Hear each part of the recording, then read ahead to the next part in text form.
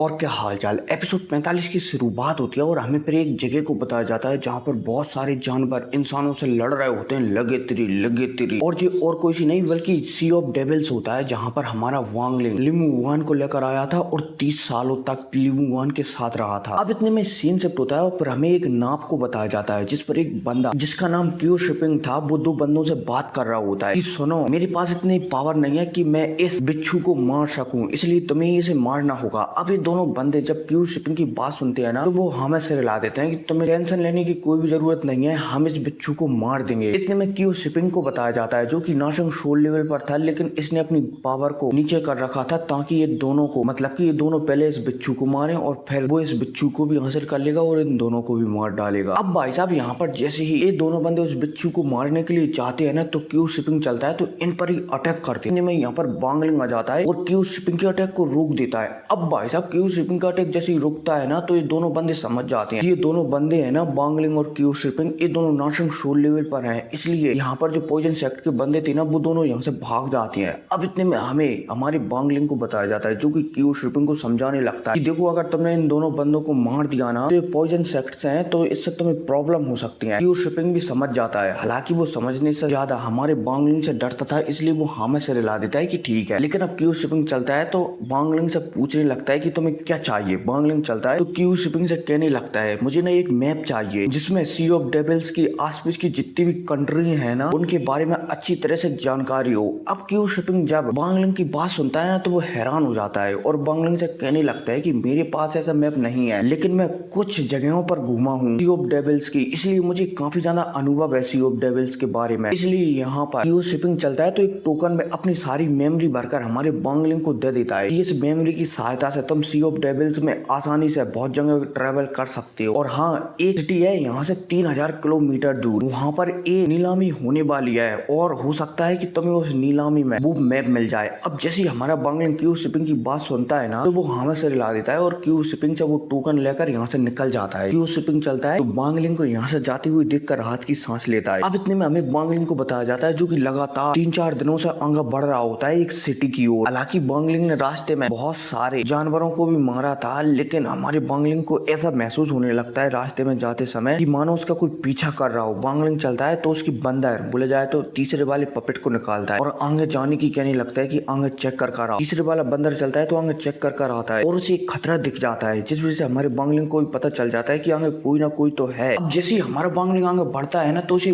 बवंडर टाइप का कुछ दिखता है। इस बवंडर के पीछे जब हमारा वांगलिंग दिखता है ना, तो वहाँ पर किसी ह्यूमन का चेहरा दिखाई देता है। अब वांगलिंग जैसे ही इस ह्यूमन के चेहरे को देखता है ना, तो वांगलिंग को एंशिएंट गॉड की मेमोरी में कुछ याद आ जाता है कि ये तो एक बीस्ट है जिसे हम मस्कीटो बीस्ट कहते हैं और ये किसी ह्यूमन का भी रूप ले सकता है। अब जैसे ही वांगलिंग इस मस्कीटो बीस्ट को देखता है ना, तो वो समझ जाता है कि अगर इस मस्कीटो बीस्ट को मैंने अपना गुलाम बना लिया ना, तो मेरे कल्टीवेशन करते समय ये मस्कीटो बीस्ट मेरी रक्षा करेगा और मेरा एक बॉडी गार्ड का भी काम करेगा। वांगलिंग चलता है तो इस मस्कीटो बीस्ट से लड़ने लगता है और अपने दोनों पपेटों को, पहला और तीसरे पपेट को भी अपने पास बुला लेता है और इस मस्कीटो बीस्ट के पीछे लगा देता है और तो और अपना दर्पण निकालता है और उससे भी इस बीस्ट पर लगे तेरी हमला करने लगता है। लेकिन ये बीस्ट हमारे वांगलिंग के अटैकों को बहुत ही आसानी से रोक रहा था। हमारा वांगलिंग चलता है तो इस बीस्ट की ही एक आफ्टर इमेज बना देता है, लेकिन ये बीस्ट चलता है तो पलक झपकती हमारे वांगलिंग की आफ्टर इमेज को भी नष्ट कर देता है। वांगलिंग समझ जाता है कि इस बीस्ट को इतनी आसानी से नहीं पकड़ा जा सकता। वांगलिंग चलता है तो अपने सबसे पावरफुल अस्त्र फ्लैग को निकालता है, झंडा को निकालता है और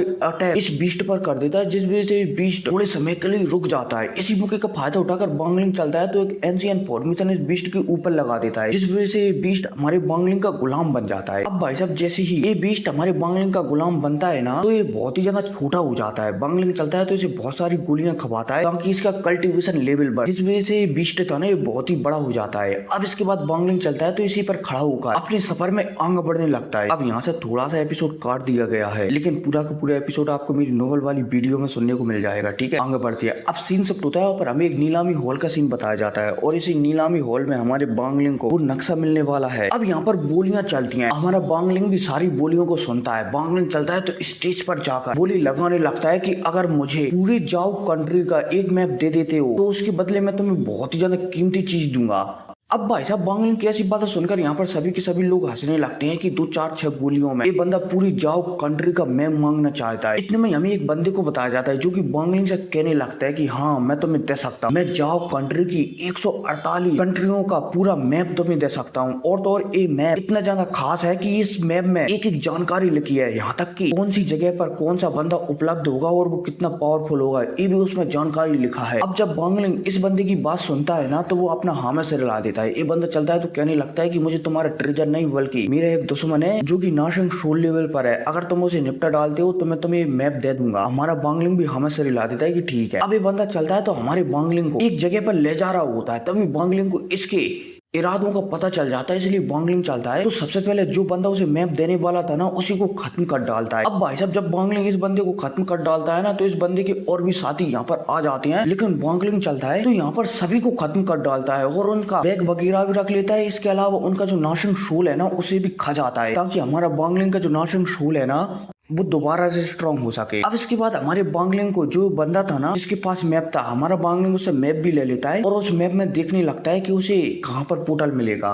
बांगलिंग को पता चल जाता है कि यहाँ से 3000 किलोमीटर दूर एक पोर्टल है। बांगलिंग चलता है तो वहां के लिए तेजी से निकल जाता है। अब वहां पर पहुंचने के बाद वांगलिंग देखता है कि ये पोर्टल तो खराब है। वांगलिंग चलता है तो 2 दिन का सफर करने के बाद एक और नए पोर्टल के पास पहुंचता है। वहां पर जो भी पोर्टल बनाने का सामान होता है ना उस पोर्टल को यहाँ पर लाता है और इस पोर्टल को ठीक करता है और इस पोर्टल को एक्टिवेट करता है और जाओ कंट्री को निकल जाता है। हालांकि जाओ कंट्री जाने से पहले हमारा बांगलिंग जो उसका दुश्मन था ना सबसे बड़ा पूजियान, उसके बारे में ही सोच रहा होता है कि पूजियान में आ रहा हूँ और जिस दिन मैं जाओ कंट्री आऊंगा उस दिन तेरे पास सिर्फ लिमिट की सांसें रहेंगी, मैं तेरे पूरे खानदान को मिटा डालूंगा। अब भाई साहब है कहती हमारा बांगलिंग यहाँ पर अपने माता पिता को भी थोड़ा बहुत याद करता है और यहाँ से 9 to 11 हो जाता है इस पोर्टल के जरिए। और फिर क्या इसी के साथ एपिसोड खत्म हो जाता है और इसका नोवेल एपिसोड आएगा बहुत जल्द। ठीक है, तो मिलते हैं अगली वीडियो में। Take care.